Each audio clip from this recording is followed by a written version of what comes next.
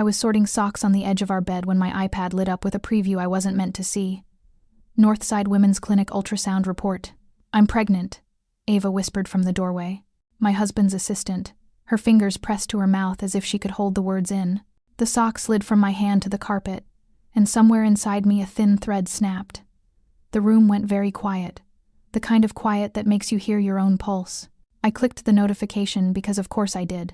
The email opened clean and clinical, and in the CC line sat our shared iCloud address, the one David swore made paperwork easier.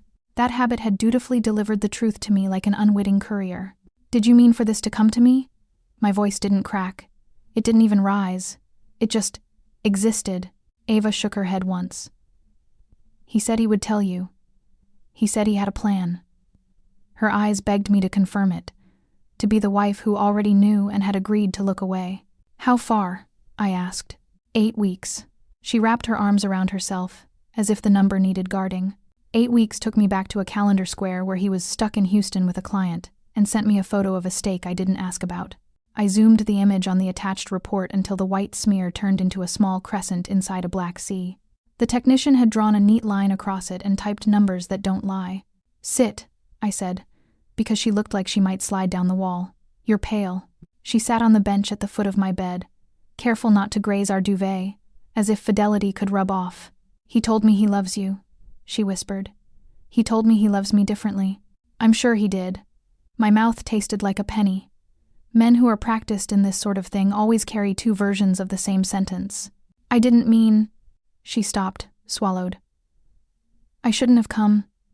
I thought you'd. I don't know what I thought. You came because you're scared. I tilted the screen toward her. This is real. The only question is what kind of real we're willing to live with. Ava's eyes fell to my laundry basket. A sock lay against the carpet, flattened by nothing but the moment. Are you angry? She asked. Yes. I let it breathe there between us. But it's not very interested in you. Her shoulders loosened, just a fraction. He said he was going to leave after the board dinner. He said he had to do it in stages. He says a lot. I cut in gently. He always has. Her gaze moved to the photo frame on my nightstand. The one from the year we almost adopted. The year we put a crib together and took it down again. Quiet and deliberate, because no one tells you a house can sound like an apology. Do you want me to go? She asked. No. I stood, bones feeling older than the bed. I want you to eat. Then you're going to keep your appointment. If you need a ride, I'll take you. You'd do that? Children don't deserve to be born into a story that begins with shame. I slipped the iPad into the drawer and closed it, as if truth could be contained by wood. Text me the time. She nodded and left with a small, grateful noise that broke me more than the email had. When the door clicked shut, the room adjusted itself around the absence. I picked up the fallen sock and set it on the dresser like a flag. Downstairs, the garage door groaned. David's whistle floated up the stairs, tuneless, cheerful, careless. He called, "Honey? You home?" Like people do when they're positive of the answer. "In here," I said, and watched my face settle in the mirror. Not fury, not collapse. Something cooler, like the air before rain. He appeared in the doorway with groceries slung in his arms and bent to kiss my cheek. "You look pretty," he said, out of habit. "What are we thinking for dinner? Pasta? I can do that spicy thing you like." "What did you get today?" I asked. I kept my voice light, conversational, a woman asking about Tuesday. "Just the usual," he said. A bag tipped, and an avocado rolled across the floor like a little green truth running for cover. He caught it with his shoe. Accounting's breathing down my neck about receipts. Can you believe it? I can. I folded the laundry basket lid. "Anything interesting in your inbox?" He didn't look up. Spam and bored nonsense. He set the bags on the bed and fished for a receipt. You know how it is. I do. I watched his hands. They didn't shake. He didn't glance at the drawer where the iPad slept. David was a man who trusted his own luck. He reached for me again. A touch on the shoulder that had once meant we were a team. "You okay?" "I'm fine." It was true, in the way a lake is fine while it decides whether to freeze. He smiled and headed for the kitchen. "Give me 10 minutes and I'll have something going. You'll love it." "I usually do," I said. He didn't hear the past tense. I followed him down the hallway, the photographs along the wall wincing as we passed. He opened cabinets. He hummed. He made a joke about the price of basil that might have been funny yesterday. I leaned against the counter and studied the slope of his back, the familiar map of a life we had both memorized. In my pocket, my phone vibrated. A number I didn't recognize flashed for a second, the clinic maybe, or a scheduling reminder that had wandered into the wrong house. "Everything good?" he asked, over the rattle of a pan. "Everything is accurate," I said, and he laughed like I'd told a joke. He chopped an onion and wiped his eyes with the back of his wrist. "You know, we should take a weekend soon," he said. "Get out of the city. Reset." "Is that what we need?" I asked. "Hey, it couldn't hurt." He flicked the stove on and turned to smile at me, the man who had once held my hand in a waiting room and counted my breaths because the doctor told him to. "You hungry?" I looked at the clock, at the email folded in a drawer upstairs, at the woman I had been at breakfast and the woman I had just become. Appetite felt like a foreign language. "I'm going to wash my hands," I said. "You start." He nodded, pleased to be useful, and reached for the pasta. The box cracked open, a clean, ordinary sound. I let him set the table and decided I would not correct him yet. So I washed my hands and watched the water run clear as if it could rinse the thought right out of me. I dried them slowly, counting to 8 without meaning to, and opened the drawer for the iPad like I was checking on a sleeping animal. The email sat where I'd left it, polite as a receipt. From Northside Women's Clinic to Ava. CC, our shared iCloud address, the one David insisted we keep for household streamlining. It had always felt like a trust exercise. Tonight it felt like a confession that had copied me by accident. I opened the attached report. Words I knew from another life leapt out. Gestational sac, crown rump length, 8 weeks, 2 days.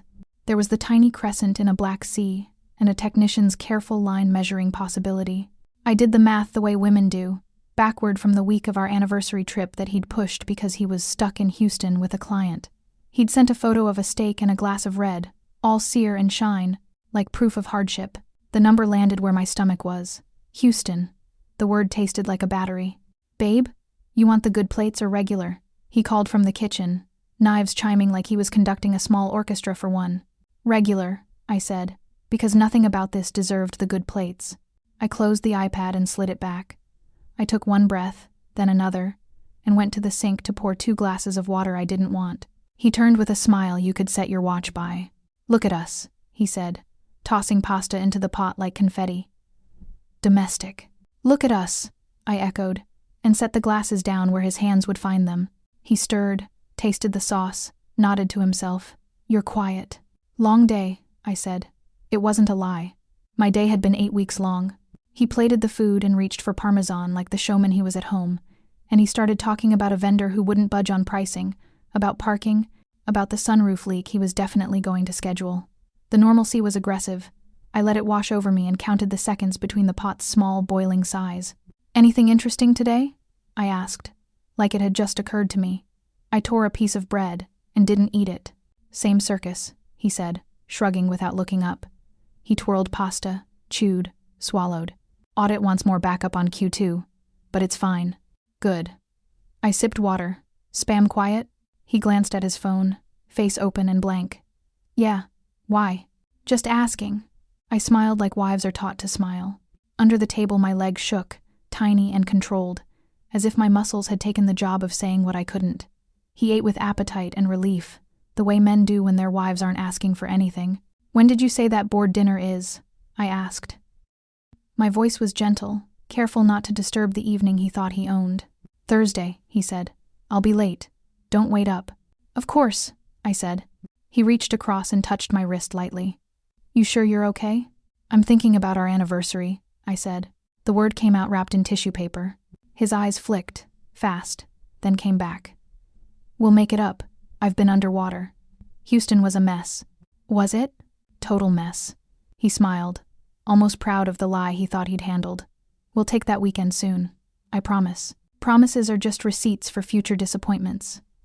I nodded anyway and took another sip of water so my mouth wouldn't say something the room couldn't hold. He cleared his plate and hummed that tuneless nothing he always hummed when he was satisfied with himself. He washed the dishes with the competence of a man. One who believes competence is the same thing as goodness. He asked if I wanted ice cream. I said no.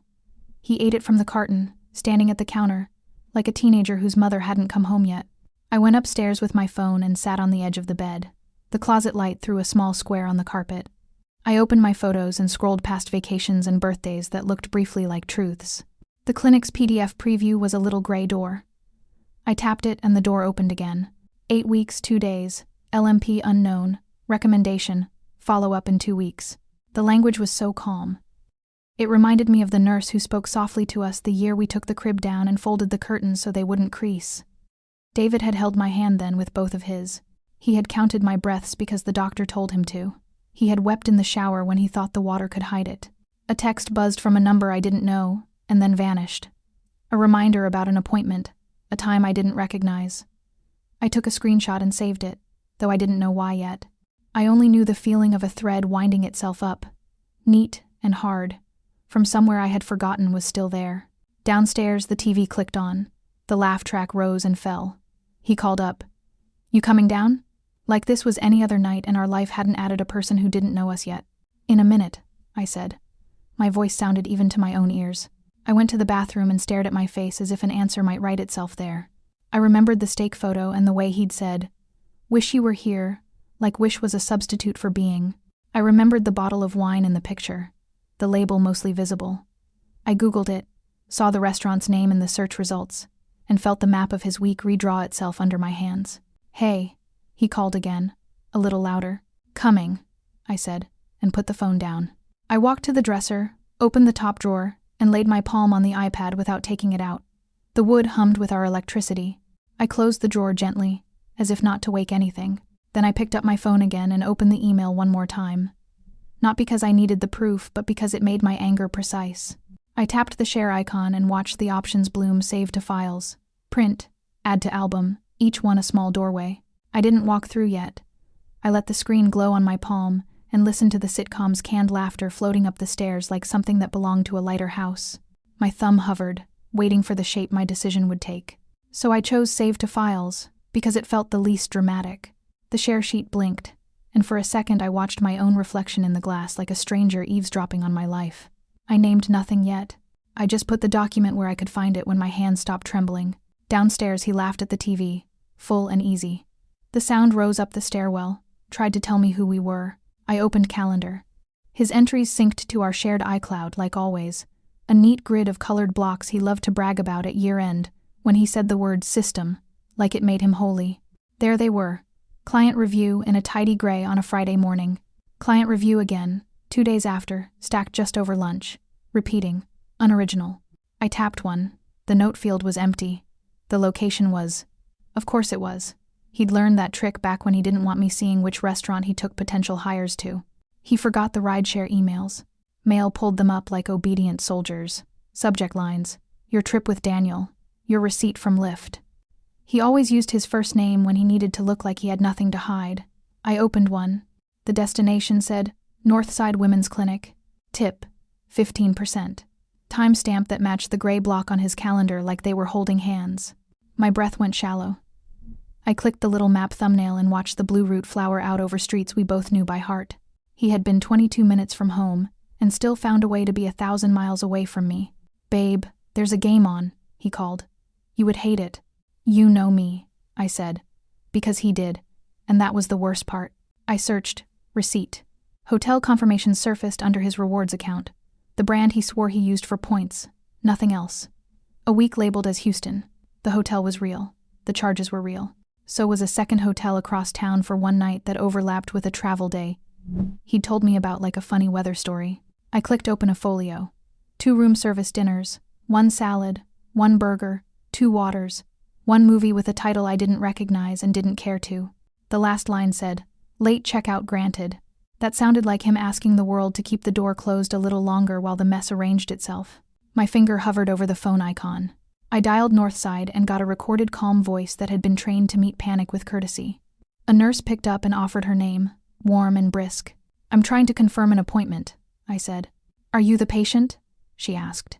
"No. I'm so sorry. I can't give any information without the patient's consent." "I thought you'd say that." I swallowed. "You're protecting her." "I'm protecting all our patients," she said gently, the plural like a door closing with care. "Good," I said, and surprised myself by meaning it. "Thank you." When I hung up, the refusal wrapped around me like a blanket. Somewhere in the building where that nurse worked, nobody was forwarding heartbeats to the wrong inbox.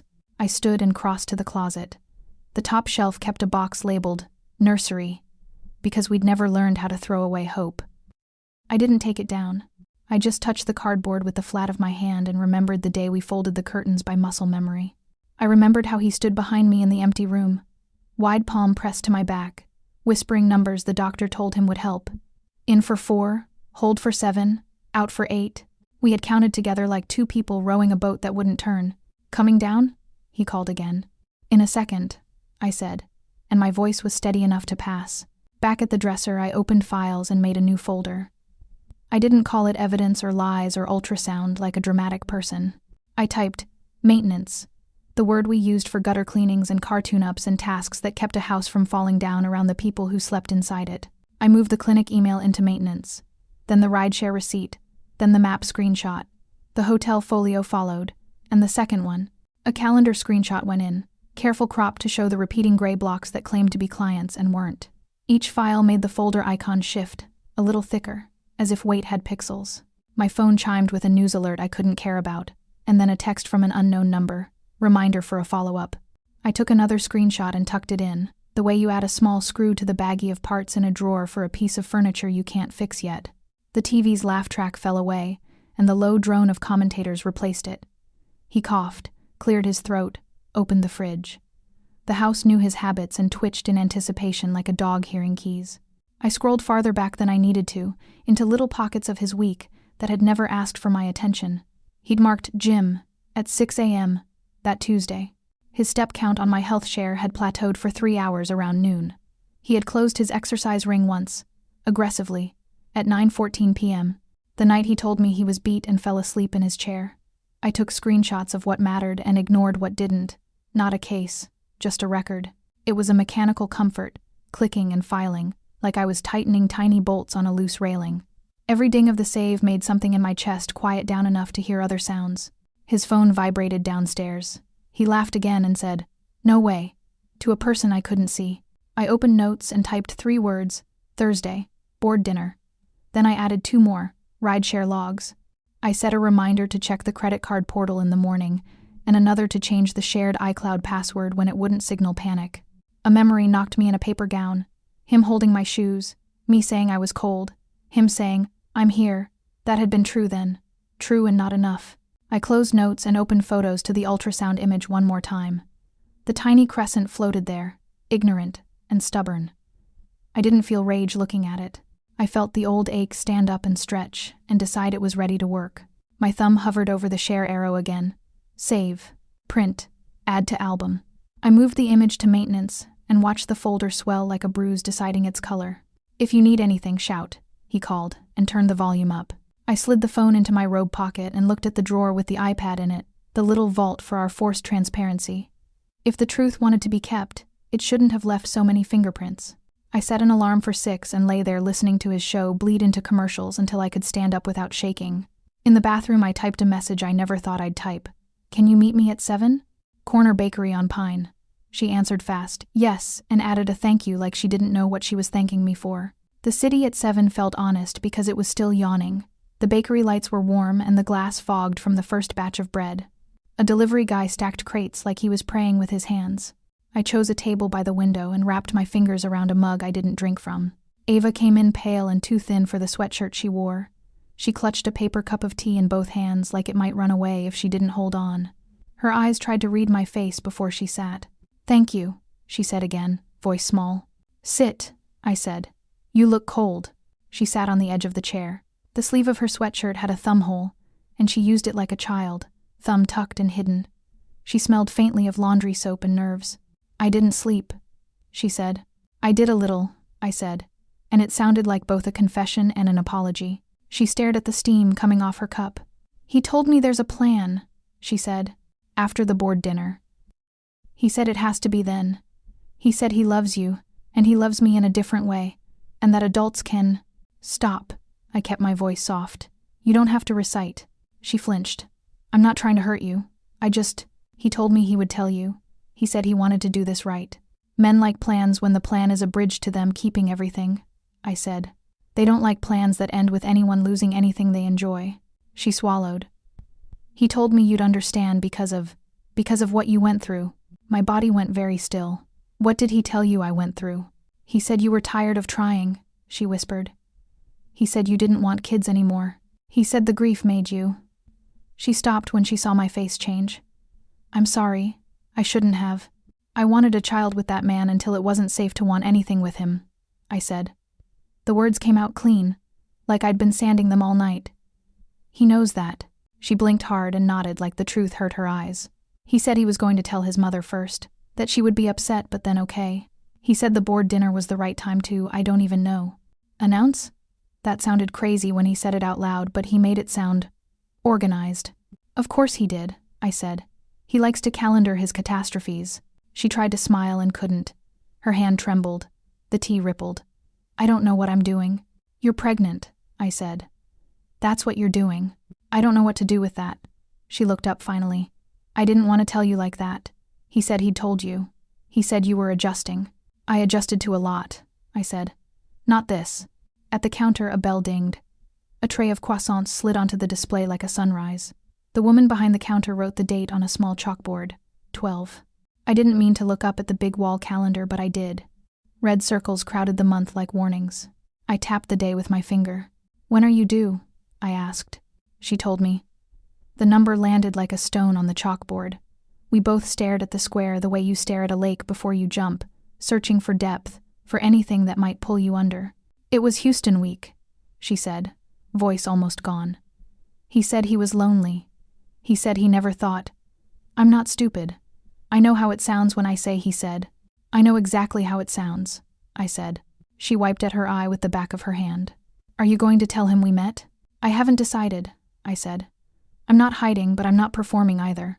I don't want to ruin your life, she said. He did that job without you, I said. You walked in after the house was already leaning. A silence settled that wasn't cruel. A worker dragged a mop across the far corner. An old man counted change 3 times and still came up wrong. The city kept waking up. I don't hate you, I said, and watched the words surprise her. I hate the education you received at my husband's hands. She covered her mouth and nodded, shoulders shaking once like a hiccup. He told me you were kind. I have been, I said. That's different. What do you want me to do? She asked. The question sounded like it had been rehearsed in a bathroom mirror. I want you to keep your appointment, I said. I want you to be cared for. I want the truth to stop moving in the dark. Her eyes filled and didn't spill. He said after the board dinner I know what he said. I cut in, gentle but done. He says a lot of things. The board dinner isn't a priest. It's a calendar event. She laughed once, broke, and breathed through it. I'm scared. I know, I said. Being pregnant is being scared and then being brave and then being scared again. She nodded like I'd given her a script she could use. Do you think he'll be there? At the appointment? I think he'll be wherever he thinks he can keep the most plates spinning, I said. That may not be a waiting room. She stared at the calendar again, and then at her phone screen like it could tell the future.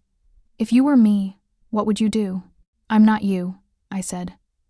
But if I were carrying a person, I'd want the adults around that person to act like adults. She let out a breath that shivered on the way out. Okay, I slid a napkin across the table. Write down the time. She wrote it, neat and small, the way girls do when they've been trained not to take up space.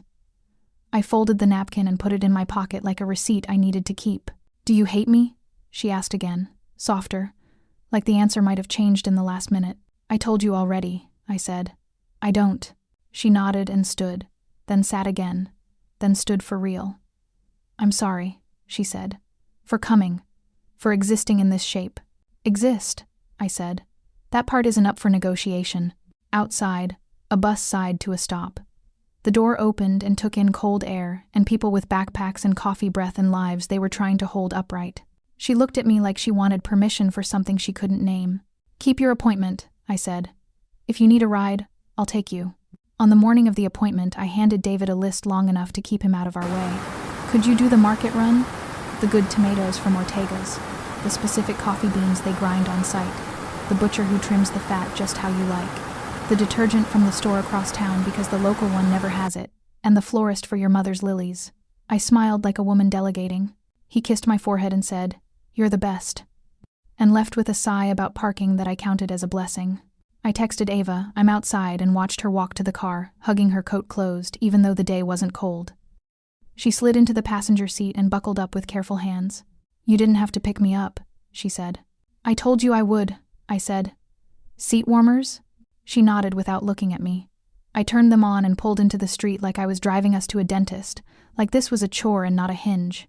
We hit one long light, and she whispered, "What if I see someone from his office?" She kept her eyes on the glove compartment like it could answer. "You'll see me," I said. "That's enough." At the clinic, the woman at the desk smiled the way people do when they're trained to meet all kinds of weather. "Name?" she asked Ava, and then she looked at me. "And you are?" "Ride," I said. "I'll wait here." The waiting room had 4 chairs and a plant trying to be brave. A TV on mute showed a baking show where everything rose. A nurse called Ava's name and held the door. Ava glanced back at me like you do when you're a kid walking into a classroom you're not sure about. I nodded once. "Go."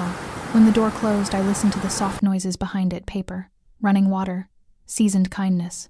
I texted David a photo of the coffee grinder at the market as if I were the one there, because keeping him busy felt like respect for the steering wheel in my hands. He replied with a thumbs up and a promise of the lilies. "Ma'am?" the nurse said from the door, gentle. She asked if you could come back. I stood and followed her down a corridor painted the color doctors choose when they want to tame fear. The room was small and bright, the machine already humming like a refrigerator. Ava lay on the table in a paper gown, eyes wet. She reached for my hand before I could decide whether to offer it. "I'm here," I said, and meant it. The sonographer smiled and squeezed gel onto the wand. "Cold," she warned, and touched Ava's belly with practiced care. The screen bloomed from black into a snowstorm that suddenly knew what it wanted to be. "There," the sonographer said, soft. A small flicker pulsed in the gray, a stubborn little light in a cave. Ava cried quietly, tears sliding the way rain does when it's already made up its mind. I pressed my thumb into the back of her hand the way you steady a picture frame so it doesn't slip.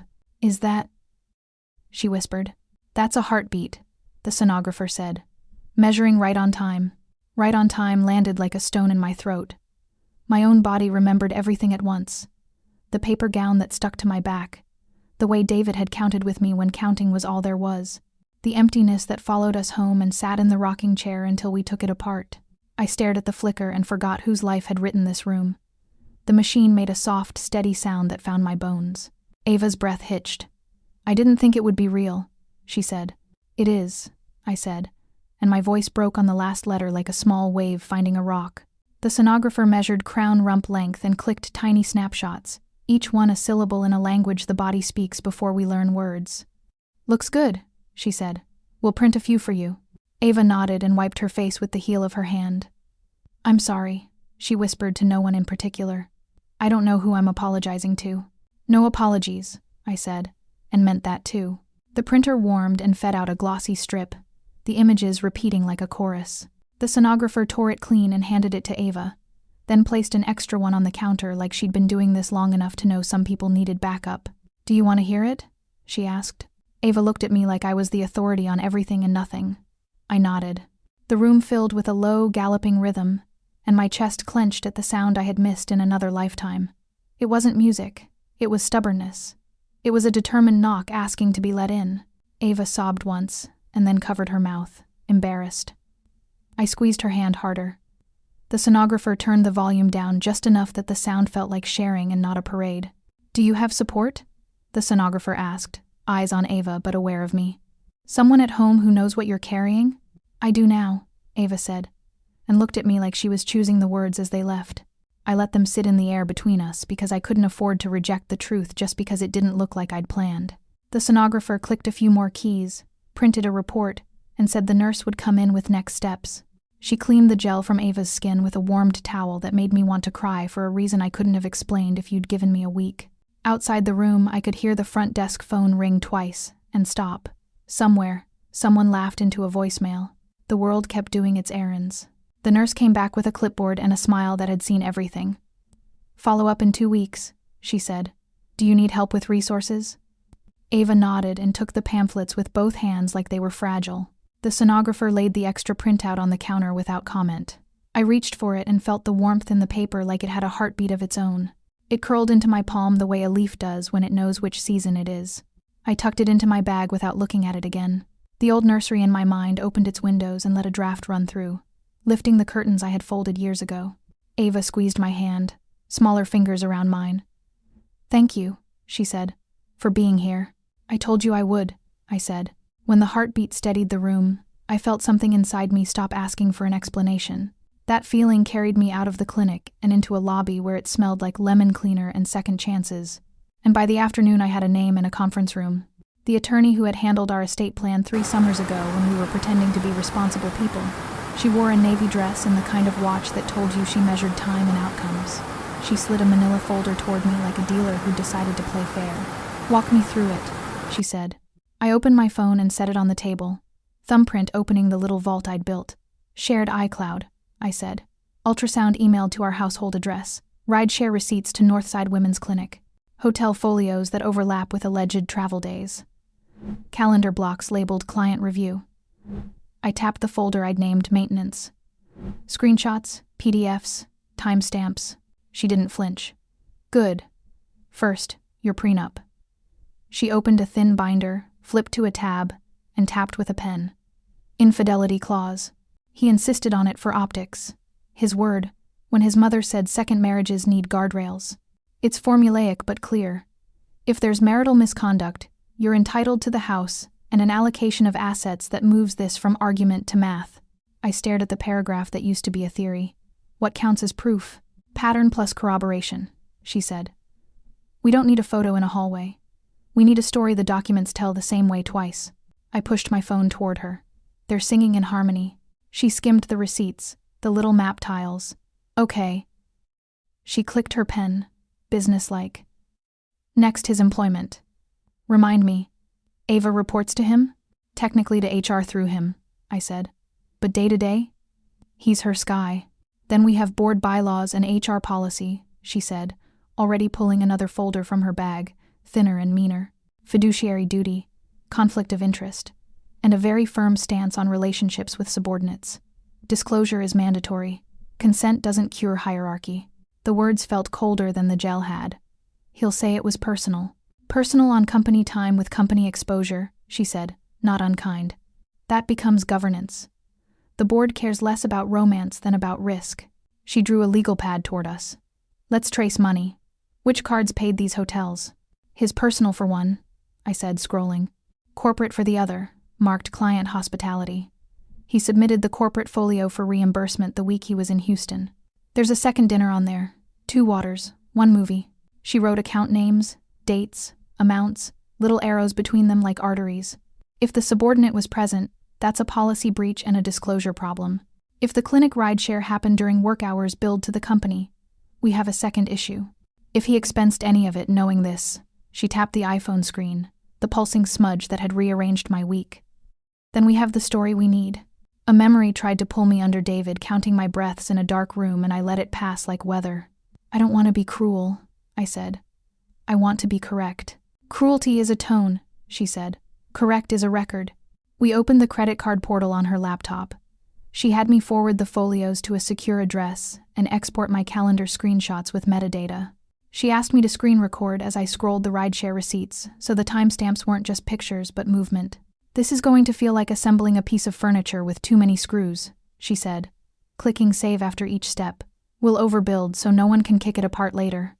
I exhaled. He always told me paper was boring. "Paper is how the world remembers," she said. We matched the exact minute his rideshare arrived at Northside to a calendar block labeled Client Review. We matched the card swipe at the hotel bar to a text he'd sent me photo of a steak and a glass of red, captioned, "Wish you were here." We matched a reimbursement approval to an email he'd forwarded to his assistant at 10:03 a.m., subject line, "Send to accounting." "It arranges itself," I said quietly, watching the columns line up. "Like a confession, you don't have to force." She nodded. "It usually does."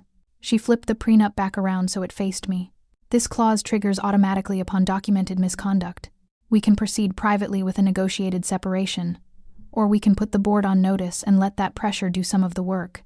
You can do both, staged. But I need something from you before I move a single piece." I knew what she was going to ask, but I made her say it anyway. "What do you want?" she said. For a second, I saw the sonographer's screen again, the small, determined flicker going about its business. For a second, I tasted the market coffee I hadn't drunk, listened to David talk about basil like basil was a moral quality. Then the answers stood up inside me like they'd been waiting their turn. I want the house, my grandmother's piano, my name, and the truth on the record. She didn't smile when I said it. She just nodded like a carpenter who'd measured twice. Then we move, she said, and her assistant brought in a stack of manila envelopes with little brass clasps that made a sound like decisions. We reviewed each cover letter: HR, Audit Chair, General Counsel. Each packet had the story printed in black and white, exhibits tabbed and labeled so a stranger could follow it without getting lost. Time them? I asked. Not email, she said. Courier. Sealed. Signature required. 5 o'clock delivery. No leaks before he's in the room. I sent a separate note to Ava from the parking garage while my engine ticked. I gave her the name of a lawyer who didn't owe me anything, a woman who specialized in employment law and young people. I wrote, "You deserve your own advocate. If you want her, I'll cover the consult, no strings." She answered 3 bubbles at a time and then deleted whatever she'd typed. Finally, thank you. I didn't know how to accept help politely. I told her there was no polite way. You just took it. The day of the dinner, David ironed a shirt and made the sound men make when they think the iron is the problem. He stood in the mirror and asked for my opinion on 2 ties, like he wasn't headed toward a cliff he'd landscaped himself. Blue, I said. Blue, he agreed, pleased to be aligned. You'll sit with me? I'll sit, I said, and put on a dress that didn't apologize for my body. On the drive downtown, he talked about seating charts and the donor, who always wanted to be next to the tallest person at the table. He told a story about the audit chair's new puppy and laughed at his own impression. I checked the time on my phone and watched the city slide by like a slideshow of places I had once meant to love. The ballroom had a name that tried too hard: the Marquette. The carpet looked expensive under low light. We did the round of kisses and handshakes. The audit chair's suit was navy darker than water. HR wore a silk scarf like a warning flag. I could feel the couriers moving somewhere above us in the building, elevators humming like insects. "Look at you," someone said to me. Glowing. "Thank you," I said, and squeezed my clutch until the clasp bit my palm.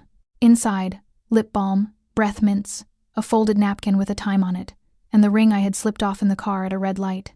David put his hand on my back. "You're my good luck," he said. "Clean quarter, clean year. They love me when it's clean." "I'm sure they do," I said. We took our seats. The salad announced itself with too many nuts. David leaned in to whisper that he'd saved the organization $50,000 by renegotiating a vendor contract, and the man on his left congratulated him in a voice that carried. Glasses were filled. The CEO tapped his spoon on a goblet and said something about momentum. When it was David's turn, he stood, performed his modesty, and cleared his throat. "We've had a clean quarter," he said, spreading his hands in a gesture I recognized from every birthday speech he'd ever given. "Clean as a whistle." I lifted my glass. "To accurate reporting," I said, and if anyone heard the edge, they pretended they didn't. The first phone buzzed near the HR director's bread plate, a small muted tremor, then another at the far end, then 3 more. Staggered, until the whole table sounded like cicadas under a street lamp. People glanced down out of habit and then looked back, then down again, and stayed there. The audit chair's face changed first blood, going somewhere it hadn't been told to go. He tapped his screen, scrolled, then swiped like he was trying to erase the words by moving them faster. The HR director's jaw tightened. "Excuse me," she said to no one and everyone, and pushed her chair back an inch without rising. Her voice, when she spoke again, had the crispness of winter. "We'll confer after the toast." David laughed, thinking it was a joke. "I haven't finished," he said, and people smiled the way you smile at a child you're about to disappoint. He sat and the room tried to pretend it was still about roasted chicken and goals. Forks scraped. A server poured wine into a ring of half-full glasses and looked confused when no one noticed. David leaned toward me, breath warm with confidence. "What was that about?" he asked. "Just the numbers, David," I said, and cut into a radish I had no intention of eating. His phone lit up next to his plate. Then again, the stacked previews marching like a parade of things that didn't require his opinion. He put his hand on my knee under the table, habit more than comfort, and found air. He looked down as if my leg might be hiding under the cloth. He reached again, uncertain now, and touched only the hem of my dress. He turned to me fully, eyes finally searching my face like a map. "What's going on?" "Eat," I said. "It'll get cold." At the other end, The audit chair called the CEO by his first name, with a tone that wasn't for microphones. The HR director gathered her scarf like a flag she was about to carry into a room with a closed door. 2 board members took out reading glasses at the same time. The CEO's smile didn't move, but his eyes started doing math. David swallowed. Did I miss something? You missed your own inbox, I said. He reached for my knee a 3rd time and stopped himself, fingers hovering a few inches above where I used to be. His hands trembled, small at first, then visible. He looked at my left hand like he needed a familiar point to anchor on. When he finally looked at me, he saw I had put my wedding ring in my clutch with the breath mints. He stared at my empty ring finger like it could explain itself, but the room had already moved on without him. By dessert, the audit chair asked to speak privately, and HR asked for a few minutes, both of which meant the same thing. Not here, not like this, not with witnesses who prefer their scandal in whisper form. On the ride home, he tried for small talk and missed. That toast, he said. Was that necessary? Accurate reporting, I said. Yes. His mother called before we even pulled into the driveway. I watched her name fill the screen like a weather alert. I put her on speaker because I wasn't interested in any intimacy she hadn't earned. Sweetheart, she began, in that practiced wail that always sounded freshly ironed. Marriage is work. Boys will be boys. You cannot throw away. Boys become men. This one forgot his passwords, I said, and HR didn't. She paused, then landed on indignation. He said you're making a scene. I sent couriers, I said. That's the opposite of a scene. That's paperwork. David reached to end the call and I let him, because we were done performing for his mother. He rubbed his forehead like it might erase the last 6 months. You blindsided me, he said. I chid you, I said. You were blind. In the morning, HR summoned him with an email that used the word immediately twice. He put on the same blue tie like it might be lucky a 2nd time and left the house an inch shorter. I made coffee and sat at the table with my lawyer on speaker, our voices low and level. At 10, a press release bloomed on the company site. The board had named an interim. The statement thanked David for past contributions and wished him well during this transition, which is how companies pronounce consequence when they don't want to bruise the brand. I stared at the word transition and wondered if he finally understood it meant moving from one place to another whether you packed or not. He texted, "Can we talk?" I let the bubbles appear and disappear until they tired themselves out. Ava called from a park bench I could hear through the line. They walked me out, she said. Security held the elevator. They said policy. They're not wrong, I said, and it hurt my throat to say it. The policy exists to stop people with power from pretending love is a shield. I know, she said, voice small but steady. I just didn't think I'd be the example. You're not the example, I said. He is, she sniffed. A child laughed somewhere behind her, a clean little bell. They said I could reapply in 6 months. Somewhere else. You won't, I said. You'll do something that doesn't ask you to be grateful for a door that opens into a closet. Silence, then. I don't have rent. I do, I said. And I've already spoken to an attorney who will represent you. Not me, not him. No strings. The consult is today if you want it. Why would you do that? She asked, and I could hear the old script fighting for airtime. I don't deserve. I'm sorry. I shouldn't have. Because the baby didn't ask for any of this, I said. And because when someone hands you a ladder, you don't quiz them about the wood. She laughed through a swallow of tears. Okay. By lunch, HR sent David a suspension pending review. No access to systems, no contact with direct reports, no entry without an escort. He forwarded it to me like a wounded animal asking the hunter to interpret the bullet. I wrote back, acknowledge receipt to HR, then call your attorney, then stop calling me. He called anyway. Voicemail. Another call. Voicemail. A text. You're dismantling my life. I typed and erased 3 drafts of the same sentence, before settling on the only true one. You built it this way. My lawyer and I met again in that Navy room, where even the water pitcher looked like it had passed the bar. We're setting up a trust, she said, funded from his future income streams. Standard support plus education, health, and anything the guardian reasonably deems necessary. If he fights it, we'll let the optics do some of the work. For the baby, I said, and the word felt like a compass finding north. For the baby, she echoed. Not for him. Never confuse those two. We went through the financials until numbers felt like furniture heavy, useful, not sentimental. We tied payments to events that don't lie. W2 seconds, Coney second, 1,099 seconds. All the ways men like David redefine doing fine. We wrote in a clause about default, and another about fees so late money would cost more. We selected a trustee who didn't owe either of us cookies. When we were done, I sent Ava a short text. There will be a trust. The child will be supported by the man who made him. Not by you, not by me alone. She wrote back a single word that made me want to go lie on the kitchen floor. Thankful. David's mother tried again that afternoon. What am I supposed to tell people? She demanded. The truth, I said. You raised a man who hid behind policy until it suited him. You're being cruel. I'm being specific. I hung up before she could bless me with forgiveness I hadn't asked for. I walked through the house and placed my hand on the piano lid, the smooth, dark curve that had outlasted 2 wars and 3 marriages in my family. I told it quietly it was coming with me, and it seemed to agree. At dusk, my phone buzzed with a photo from Ava. A tiny studio with a clean floor and a window that promised morning. Air mattress, folded blanket, kettle. It's enough for now, she wrote. I sent back a thumbs up because anything more would make us both cry. David texted once more.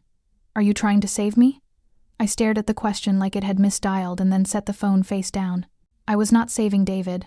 I was building a life raft for someone who hadn't asked to swim. The next morning I walked the house like it was a museum I'd been hired to close. I touched things with both palms and waited for my body to tell me yes or no. The quilt my mother made, stitched with mistakes she refused to apologize for, yes. The chipped blue bowl by the door that held spare keys and anniversaries, yes. The set of matching candlesticks we bought because married people were supposed to own candlesticks, no. I said the decisions out loud because silence made me want to ask permission. Keep, I told the quilt. Keep, I told the bowl. Go, I told the candlesticks. And put them in the box labeled donate before they could make a case for couples. David texted a question about whether he could come by to get some files. I replied with a time when I wouldn't be home and a code that would work once. He sent back a thumbs up, which is the smallest shape a man can make with his hand and still call it communication. In the hall closet, I found a photo face down in a stack us on a bench outside a courthouse, the year we almost adopted. My mouth was open like I was about to laugh or cry. His hand was on my knee, real and heavy. I put the photo in the keep box and did not let it argue with me about what it meant. Some things you save because they happened, not because they were kind. Do you want help packing books? My neighbor called from the doorway. She had a roll of tape around her wrist like a bracelet and the look of someone who knew which end of a box cutter to use. Please, I said. She moved through the shelves with a calm I borrowed. We worked in a rhythm stack, wrap, label that smelled like cardboard and the end of something. At the desk, I opened the iPad and went to settings with a steadiness that surprised me. I turned off the shared iCloud, tapped out of family sharing, changed passwords, answered security questions I'd written a lifetime ago. Favorite restaurant? The prompt asked, and I typed the name of the place we loved until we had to stop loving it. I pried our lives apart like 2 plates stacked too long in a cupboard, patient pressure and a small twist so nothing cracked more than it had to. Everything okay? My neighbor asked. Maintenance, I said, and she nodded like she understood. I gathered the cords that had accumulated in a drawer phone, watch, grief, denial, and wound them neatly with rubber bands so they wouldn't knot in the box. I kept one charger in my purse like a lifeline. The rest went into a gallon bag labeled cables, because someday I would thank myself for not being dramatic about electricity. Upstairs, I opened the nursery box I'd only ever touched with the flat of my hand. The mobile with felt stars was still wrapped in tissue. The little white noise machine winked up at me, tiny and ridiculous. I lifted the curtain panels we had folded carefully so they wouldn't crease and felt the draft that wasn't there. Thank you, I told the room we never used, and put the panels back in the box with a gentleness I didn't owe anyone. David called. I let it ring out and then listened to the voicemail because I'm human. Please, he said. Can we talk? I deleted it halfway through and felt my spine align like books in a crate. Ava texted a photo of a kettle on a hot plate. It whistles, she wrote, like proof of a future. I sent back, good, drink water, rest if you can. She answered with a heart, and I let myself hold the phone for one extra breath before putting it face down. Passwords changed. Bank logins separated. Health sharing off. Location sharing off.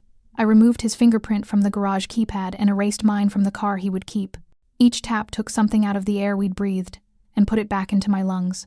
I took down our wedding photo from the hallway and slid it behind the dresser. Not because I was ashamed, but because I was tired of watching two children promise a life they didn't know how to carry. I kept the frame for a picture I hadn't taken yet. At noon, the movers arrived, 2 men with careful hands and a woman who ran the clipboard like traffic. "What's fragile?" she asked. "Everything that looks like a story," I said, and she smiled like she'd heard worse. We wrapped the piano with blankets that smelled like dust and effort. "You sure you want to move this?" one of the men asked, eyeing the staircase that had never seemed so long. "I'm sure," I said. My grandmother's piano had taught stubborn women in my family how to make difficult things sing. I wasn't leaving it in a house that forgot the tune. David's code worked at 2 o'clock. I checked the camera and watched him enter like a guest in a museum. Hands tucked, shoulders up. He went straight to his office, took the files, looked at the empty spot on the wall where our photo had been, and left without touching anything that would call me in the middle of the night. For once he understood instructions. When the rooms thinned, the quiet changed timbre. It stopped being the pause before an impact and started being mine. I could hear the house breathe, floor settling, air vent humming, refrigerator admitting its small effort. I opened a window just to listen to our street without us. My neighbor hugged me at the door and left a Sharpie on the counter. "For labels you'll think of later." I labeled one last box misc, because there's always something you can't name yet. I took the chipped blue bowl and set it gently on the passenger seat beside the quilt, and a bag of screws I might need if a shelf forgot itself in the new place. I checked my purse, keys, wallet, charger, lip balm, iPad, and the envelope the clinic had handed to me, because they thought I might be someone who needed evidence of a heartbeat to believe in the morning. The foreman leaned on the truck door. "That it?" he asked. "That's it," I said, and handed him the last box. They slid the ramp up. The metal clanged, the kind of final sound you don't argue with. The door rolled down and latched with a sure, heavy click. When the movers closed the truck, I kept the iPad in my purse and the ultrasound printout in a file I labeled simply, "Future." At the hearing, the room smelled like copier paper and hand sanitizer. Dates were read, receipts marked, policies cited. The judge's pen made small, decisive ticks, a metronome for the end of a song I'd been pretending wasn't playing. My lawyer spoke in calm lines that fit inside the record. Calendar entries labeled "Client Review," coinciding with rideshare receipts to the clinic. Corporate card used for hotel charges later submitted as hospitality. Subordinate employee involvement. Non-disclosure to HR. She placed each page like a tile. The picture assembled itself. David kept looking at me instead of the judge.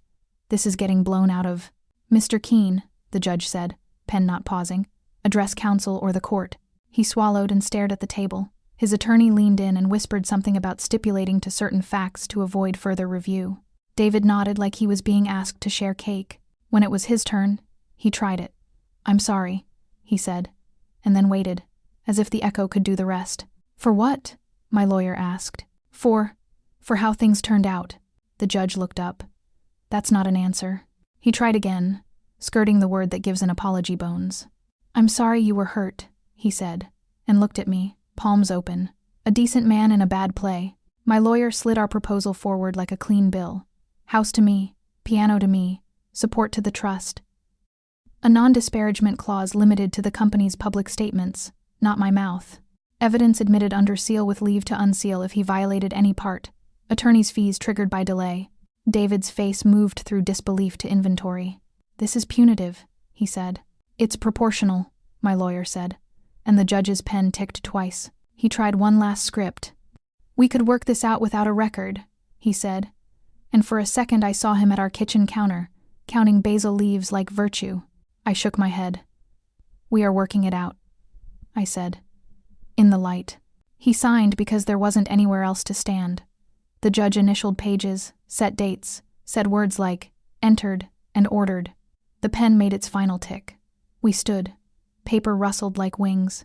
In the hallway he reached for me and found air again. "I never meant." "You meant it enough times to build it," I said. "That's the measure." He tried on grief and found it didn't fit. "So that's it?" "It's enough," I said, and walked toward the elevator with my lawyer beside me. The doors opening like a simple thing I'd forgotten was mine to press. Months turned like pages I didn't reread. The house learned my footsteps again. The piano settled into its new corner and remembered the songs my grandmother had taught me. Stubborn left hand, forgiving right. The trust funded on schedule, and lawyers emailed about details that didn't need my heart. On a Tuesday, with weather that couldn't decide, I ran into Ava in the grocery store. both of us stopping dumbly between cereal and pasta sauce. She looked older in a way that made her softer, as if time had finally found the right lighting for her face. The carrier hung from her forearm. The baby kicked once, impatient with being stationary. "Hi," she said, wary and warm at the same time. "Hi," I said. "How are you sleeping?" "Like a person who is being held hostage by love," she said, and smiled without apology. "This is Elias." "Can I?" I asked, and she nodded, and I reached a finger into the carrier like a person approaching a skittish animal. He gripped my finger with all his unearned strength and tested the world through my skin. For a second, my body remembered everything at once, the cold gel, the flicker, the sound that wasn't music but insisted. His fist was perfect and ruthless. He let go and grabbed again, a negotiation. "He's sturdy," I said. "He screams like honesty," she said, and laughed, startled by her own sentence. We stood there with our carts like a small island in domestic tide. A teenager bumped past us with a case of seltzer. An old woman compared labels with a frown that could curdle milk. Elias hiccuped and looked offended. "How are you?" she asked me, and it wasn't polite. It was a real question. "Quieter," I said, which I didn't know could be a kind of happy. She nodded. "The trust paperwork came," she said. "It was respectful. I don't have a better word." "Respect will do," I said. "Does he?" she began, but didn't finish the sentence. We both knew the pronoun was too large for the aisle. "He pays on time," I said.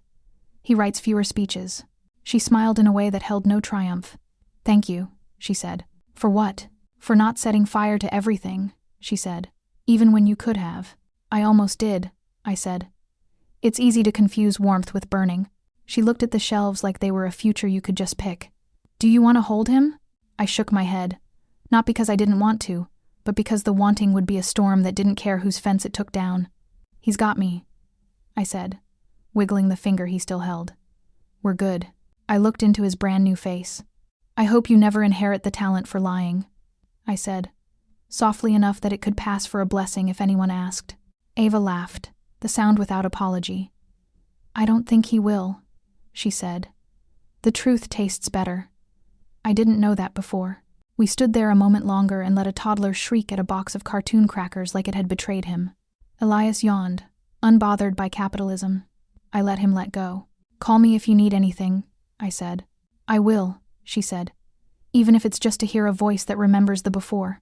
We parted with the slow choreography of people who knew we might circle back someday in some other aisle. I bought apples and soap and a small bouquet that didn't pretend to be an occasion. On the way home, the sky decided on rain and then changed its mind. That night, the iPad stayed dark. I turned my phone face down and the room didn't argue. The only ping I heard was my own heart, steady as a metronome, finally keeping a song I wanted to play.